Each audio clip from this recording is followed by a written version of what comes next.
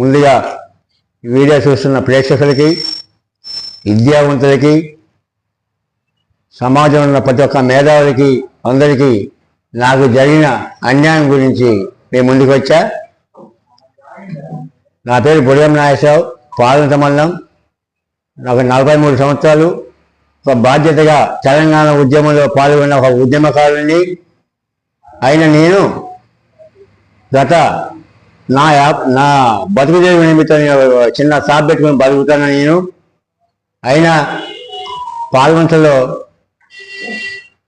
కొంతమంది ఈ మత్తు మందు వారికి అలవాటు పడి వచ్చి నా షాప్ మీద దాడి చేసి 9 గంటల ప్రాంతంలో నైట్ పూట వచ్చేసి దాడులు చేసి అద్దాలు పగలగొట్టి, ల్యాప్టాప్ పగలగొట్టి, నా మీద దౌర్జన్యం చేసి నన్ను కొట్టి షికారు చేస్తే నేను ఇదే పాలంత పోలీస్ స్టేషన్లోకి వెళ్ళి కేసు పెట్టి కూడా పోలీసులు, పాలంత పట్టణ పోలీసులు ఆ కేసును నీరు గార్చి పక్కా పడేసి దాన్ని తప్పుదోవ పట్టించారు.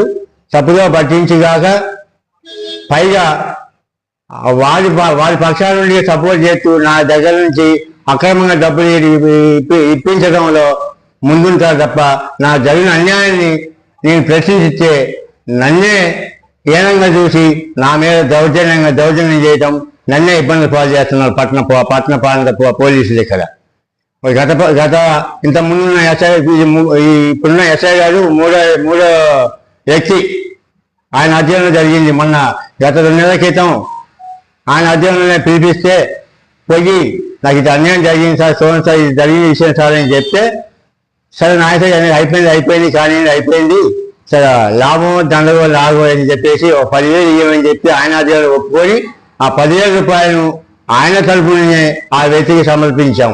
ఆ 10,000 రూపాయలు తీసుకొని కూడా మళ్ళీ మొన్నపై కేసు పెట్టి ఇదే టౌన్ ఎస్ఐ సుమన్ ఎస్ఐ, పట్టణ ఎస్ఐ గారు సుమన్ గారు నన్ను నా భార్యని మొన్న 10వ తారీఖు స్టేషన్కి పిలిపించుకొని చెప్పారు సార్, 2 నెలలు అవుతుంది అమౌంట్ ఇచ్చి సార్, సార్కి ఈ బిజీగా మర్చిపోయి ఉండొచ్చు అని చెప్పేసి ఎవరైనా ఇచ్చా. ఏమన్నా సార్ మన మీ అధ్యయనం లేక 10,000 రూపాయలు ఒప్పుకొని పోయా, 10,000 రూపాయలు మీ ముందే ఇచ్చేయాను కదా సార్, మీ అధ్యయనంలో ఇచ్చేయాను కదా, 10,000 రూపాయలు ఇచ్చిపోయాను కదా అంటే వినకుండా ఆయన ఒక దుర్భాషలు ఆడి నన్ను నా భార్యని ఒక మహిళని కూడా చూడకుండా నోటికి వచ్చినట్టు మాట్లాడేసి ఆయన ఛాంబర్లకు పోతే నోటికి వచ్చినట్టు మాట్లాడి దుర్భాషలు ఆడి ఆయన నోటికి వచ్చినట్టు బూతులు తిట్టి నన్ను నా భార్య నిర్బంధించి ఒక లెటర్ రాపించిన వైట్ పేపర్ తెచ్చుకొని ఈ పలానా వ్యక్తి 10,000 రూపాయలు పలానా రోజు ఇస్తావు, ఎన్నో తారీఖు ఇస్తావు అని చెప్పి బలవంతంగా లెటర్ రాపించుకొని బయటికి పంపించారు. నేను బయటకు వచ్చాక ఇదే లెటర్ని నేను ఫోన్లో తీసుకొని వచ్చానన్నది. ఆ లెటర్ని మన ఈ గ్రూపులు వాట్సాప్ గ్రూప్ మా ఎమ్మెల్యే గారు, మా కాన్స్టిట్యూన్సీ ఎమ్మెల్యే గారు కోన సాంబశివరావు గారికి పంపించా, రాష్ట్ర మా మంత్రివర్యులు పొంగిల శ్రీనారాయణ గారికి పంపించా, ఈ వాట్సాప్ మీడియా సోషల్ మీడియాలో కూడా పెట్టడం జరిగింది. మరి దాని మీద ఈ ఉన్నతాధికారులు స్పందించి నాకు న్యాయం చేయాలని చెప్పేసి కోరుతా ఉన్నా. మరి ఇంత ముందు కూడా ఇదే టౌన్లో ఇదే ఎస్ఐ గారు ఈయన అధ్యయనంలో కూడా చాలా మంది ఇబ్బందులు పాలై గత 4 రోజుల క్రితంగా కూడా ఈ హాస్పిటల్లో ఈ ఒంటిపై కిరసనాలు పోసుకునే దాఖలాలు కూడా నేను ఇదే ఎస్ఐ గారు చేపట్టి, మరి ఈ ఎస్ఐ గారు ఇంత అరాచకం చేయటం, ఇంత దౌర్జన్యం చేయటం, మరి దేనికి చేయటం, మరి పోలీస్ ఎస్ఐ ప్రజలకు రక్షణ కల్పించడానికి ఉద్యోగాలు చేస్తున్నారా, లేదా మరి మా లాంటి సామాన్యులను ఇబ్బంది పెట్టడానికి ఉద్యోగాలు చేస్తారా? మీలాంటి మేధావులు ఆలోచించి తగిన మాలాంటి వాళ్ళకి న్యాయం చేయాలని చెప్పేసి నాకు జరిగిన అన్యాయాన్ని మరి మీ మీడియా ద్వారా, మీ యూట్యూబ్ ద్వారా కానీ మరి మీడియా ద్వారా, మీ సాధన ద్వారా నేను తెలియజేస్తా ఉన్నా. నేను ఒక సామాన్య కుటుంబం, నేను ఒక పద్ధతిగా గౌరవంగా సమాజానికి గౌరవంగా బతికే వ్యక్తిని. మరి నన్నే ఇటువంటి ఇబ్బందులు పెట్టి పాలు చేసి ఎస్ఐ గారి మాట్లాడితే మరి ఇది ఎంతవరకు కరెక్ట్ అని చెప్పి మీలాంటి మేధావులు చదువుకున్న విద్యావంతులు మరి ఇంత అవినీతి అన్యాయం జరుగుతాను కూడా పట్టించుకోవాలని చెప్పేసి ఈ మీడియా ద్వారా మిమ్మల్ని అందరినీ 2 చేతులు జోడించి న్యాయం చేయకపోతా ఉన్నా. మరి ఈ ఎస్ఐ గారిని ఇమ్మీడియట్లీ పాలంత పోలీస్ స్టేషన్ నుంచి సస్పెండ్ చేస్తాను, ఏం చేస్తారో మీకే వదిలేస్తున్నా, నాకు న్యాయం చేయాలని చెప్పేసి 2 చేతులు జోడించి కోరుతా ఉన్నాను.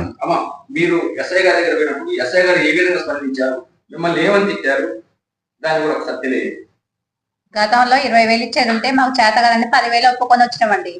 10,000 ఒప్పుకొని వచ్చినాక నెల అయినాక పోయి మా భర్త ఇచ్చొచ్చాడండి. నేను రాలేదు, ఆయనే పోయి ఇచ్చొచ్చాడు. ఇచ్చొచ్చినాక మళ్ళీ 2 నెలలు అయినాక మళ్ళీ పోలీస్ స్టేషన్ దగ్గర పిలిపించి అదేంటమ్మా 20,000 ఇచ్చిందంటే 10,000 ఇచ్చినవేంటి నువ్వు అంటే మాకు చేత కదని చెప్పి 10,000 ఇచ్చినాం కదండి అంటే అట్లా కుదరదు, నువ్వు 20,000 ఇవ్వాల్సిందే, ఇయ్యపోతే నేను అంటే మేము అన్నాం కదా మా షాప్ మీద పడి అద్దాలన్నీ బగలగొట్టారండి మా వల్ల కాదంటే అదేంటమ్మా డబ్బులు ఇవ్వకపోతే షాపుల మీద పడి కొడతాం మేము ఏమేం చేస్తాం మేము అని మమ్మల్ని బెదిరించారండి. బెదిరిస్తే మా భర్త బాగలేదండి, ఆరోగ్యం మంచిగా లేదండి, మాకు ఇబ్బందిగా ఉందండి, మేము ఇవ్వలేమంటే కూడా నువ్వు ఎందుకు ఇవ్వమ్మ చెప్పని చెప్పి మీద చీటింగ్ కేసు పెట్టి దీని మీద చీటింగ్ కేసు పెట్టని బెదిరించిండండి. నన్ను నా భర్తని బెదిరించి లెటర్ రాపిచ్చి మాతో సంతకం పెట్టి పంపించారండి. ఇదే సార్ అందరూ ఎంతమంది ఆడలు నీకు హింసిస్తుందా సార్ అనేది మీరు కూడా తెలుసుకొని మాకు న్యాయం చేయగలరని చెప్తున్నా సార్. ఇంతే. ఇప్పుడు మీరు అక్కడ పోయిన సందర్భంలో మీరు కూడా మాట్లాడారా, దీన్ని దాన్ని అని చెప్పి మాట్లాడారా? దీన్ని దాన్ని ఏమనలేదు, దాని లోపల ముందు ఎఫ్ఐఆర్ రాయండి, ముందు లోపల సిటీ కేసు లోపలేయండి. గట్ట మాట్లాడుతుంది నాకు ఎదిరించి మాట్లాడుతుంది చెప్పి నేను చెప్పా సార్ నేను ఒక క్యాన్సర్ పేషెంట్ నెల నెల హాస్పిటల్ చెకప్ పోయేవాడిని, నేను ఆర్థిక పరిస్థితి బాగా ఇబ్బంది పడుతున్నా అని చెప్తే వినకుండా కూడా ఈ రకంగా చేయడం ఎంతవరకు కరెక్ట్ మీరు ఆలోచించాలి సార్. మీలాంటి పెద్ద మొత్తం ఆలోచించాలి, న్యాయం చేయాలి నాకు. ఇట్లాంటి ఆడ మనుషుల్ని ఎవరిని ఇబ్బంది పెట్టొద్దు. ఇట్లనే లేని మేమంటే ఎట్లా ఒకట్లా అయిపోయింది, లేని వాళ్ళు అస్సలు లేని వాళ్ళని కూడా ఇట్నే హింసించుకుంటే వాళ్ళు తీసుకొచ్చి ఎట్లా ఇస్తారు డబ్బులు, మేమంటే ఏదో కష్టం చేసి తీసుకొచ్చి ఇస్తున్నావు, మాలాంటి లేని అస్సలు లేని వాళ్ళని కూడా ఇట్నే హింసించి వాళ్ళు డబ్బులు ఎక్కడ తీసుకొచ్చి ఇస్తారు. వాళ్ళకి న్యాయం చేయాలి, మాకు కూడా ఏదో ఒక న్యాయం చేయాలి. పోలీస్ స్టేషన్ కాడి పిలిపియటము, పోయి కూర్చోవడం, మీరేంటమ్మా అప్పుడు ఇచ్చారు ఇప్పుడు ఇచ్చారు బెదిరియటము, ఇచ్చినా కానీ వెళ్ళేదని అబద్ధం అర్థం చేస్తారండి. ఇట్లాంటి అన్యాయం చేయొద్దు, అందరికి న్యాయం చేయాలని మాట్లాడుతున్నాం.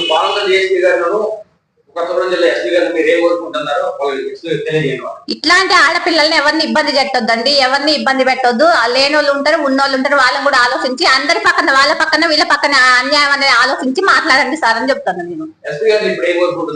సార్ నేను ఒకటే చెప్తున్నా, ఈ జిల్లా ఎస్పీ గారిని కానీ మిగతా ఇంకా ఉన్నతాధికారులు ఒకటే మనవి చేస్తాం, 2 చేతులు జోడించి మనవి చేస్తా ఉన్నా, నాకు నా కుటుంబానికి న్యాయం చేయండి. ఈ పట్టణ ఎస్ఐ గారి చేసే దౌర్జన్యానికి నిజంగా మీ అందరూ చెప్తున్నాను, నాకు ఆత్మహత్య చేసుకోవాలంత బాధ కలుగుతాను నేను చేసిన పరిస్థితి చూస్తా ఉంటే.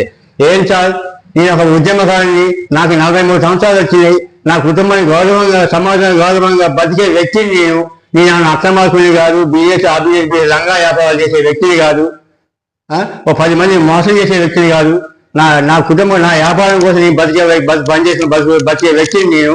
అటువంటి నన్ను నా భార్యను స్టేషన్ పిలిపించి మీ ఇష్టం వచ్చినట్టు మా నోటికి వచ్చినట్టు మాట్లాడి దుర్భాషలాడి, మీ నోటికి ఎంత వచ్చిందంటే అదే మాట్లాడేసి మమ్మల్ని నోటికి వచ్చి దుర్భాషలాడి శిఖా చేసి నిర్బంధించి ఇప్పుడు మీరు రక్షణ కల్పించాలి. ఇమ్మీడియట్లీ ఆ ఎస్ఐ గారిని ఇక్కడ నుంచి సస్పెండ్ చేయాలని చెప్పి కోరుతా ఉన్నానండి. ఈ ఎస్ఐని సస్పెండ్ చేయాలండి. రెస్పెక్ట్ తో మాట్లాడండి అంతే.